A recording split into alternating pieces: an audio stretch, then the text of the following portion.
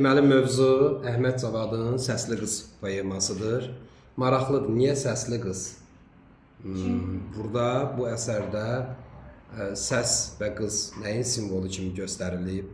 Əsərin mövzusu nədir? Poemanın ideyası nədir? Yazıldığı dövrə bir nəzər salsaq, xatırladım ki, poemanın yazıldığı 1928-1929-cu illər. Bu tarix Azərbaycan tarixində çox ağır və qara səhifə hesab olunur. Səbəb nədir? Çünki bu dövr Sovet repressiyalarının və zorakı kollektivləşmənin başlanğıcı ilə xarakterizə olunur.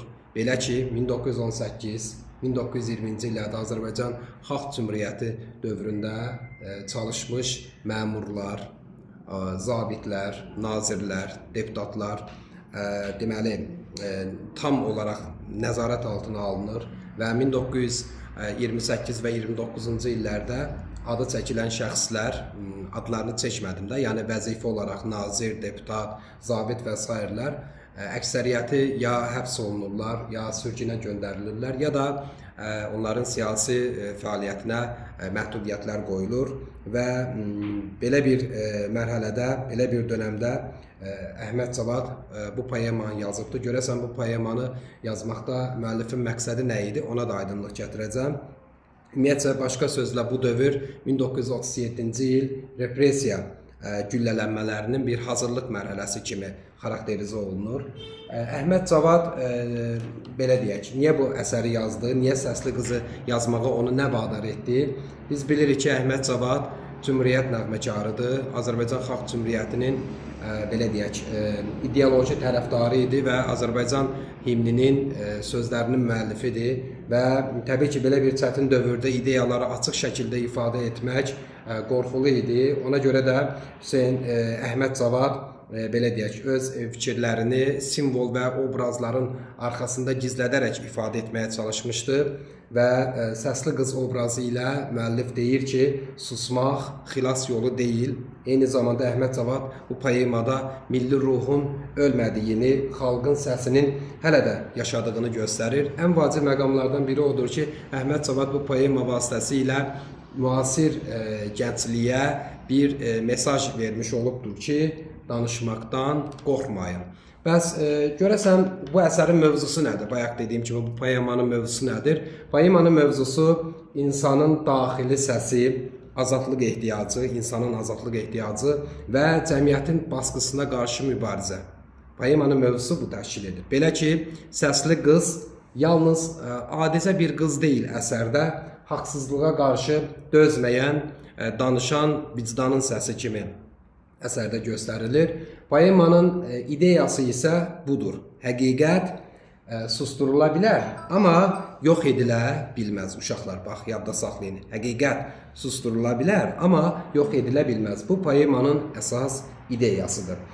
Bəs bu poemada səs və qız anlayışlarına bir aydınlıq gətirək görə. Bunlar nəyin rəmzidir? Poemada səs həqiqətin, vicdanın və azadlığın simvolu kimi göstərilir. Qız isə, bax, diqqət, səs nəyin simvoludur? Həqiqətin, vicdanın və azadlığın simvolu kimi göstərilir. Qız isə, deməli, saflığın, gələcəyin və ümidin simvolu kimi əsərdə göstərilibdir. Biz əsəri oxuyarkən indi onun mövzusu ilə biz tanış olasıyıq. Əsərin əvvəlində müəllif Səsli Qızı biz oxucularla tanış edir və bu cür başlıqla başlayır ki, sənin səsin gözəl qız, səslərin ən gözəli, eşitmədin belə səs, dünyanı dinləyəni. Yəni, müəllif sonraki misralarda qızın səsini bülbülün səsinə bənzədir. Hətta qızın səsinin hər nəfəsini Quran ayəsinə bənzədir. Müəllifə görə artıq belə deyək, biz sonraki səhifələrdə, sonraki misralarda görürük ki, müəllif deyir ki, artıq nə yaşamağımın bir mənası yoxdur, nə də ölməyimin. Əslində, burada müəllif sətraltı olaraq Azərbaycan Xalq Cümhuriyyətinin süqutuna bir işarə etmiş olur. Çünki biz bilirik ki, Əhməd Cavad Cümhuriyyət nəğməkarı olubdur və Xalq Cümhuriyyətinin süqutu onu dərindən sarsıdıbdır. Və poemanın növbəti hissələrində şair qeyd edir ki, haqqın nurunu, haqqın sirrini qəlbi ilə duyan ağsaqqal ərənlərə sormuşlar ki, birinci gözəllik nədir? və həmin şəxslər cavab vermişlər ki, birinci gözəllik qız səsidir. Qız səsi. Müəllif bu necə mənalandırır?